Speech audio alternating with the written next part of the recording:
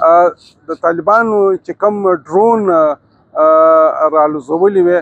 هغه ډرون چې دی هغه د پاکستان پوځ چې دی هغه په نقشه کړي وي او هغه یې وویشتلې او دوی دغه ډرون چې دی هغه په ویران علاقه کې چې دی هغه وموښتلې. پکار دا دی چې طالبان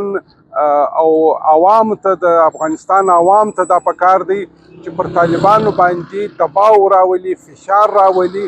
چې هغه طالبان د جنگ د کولو څخه راوګرځوي. طالبان ته پکار دا ده د جنگ پر ځای چې هلته په افغانستان کې د ولس کومې ستونزې دي، تر ټولو اوله ستونزه هلته کې مهنګایي ده، ګراني ده،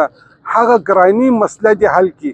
او د جنگ کولو څخه دې ډډه وکړي. عوام دې راولاړ شي پر طالبانو باندې، پر حکومت باندې دې فشار واچوي چې هغه د جنگ کولو څخه راوګرځوي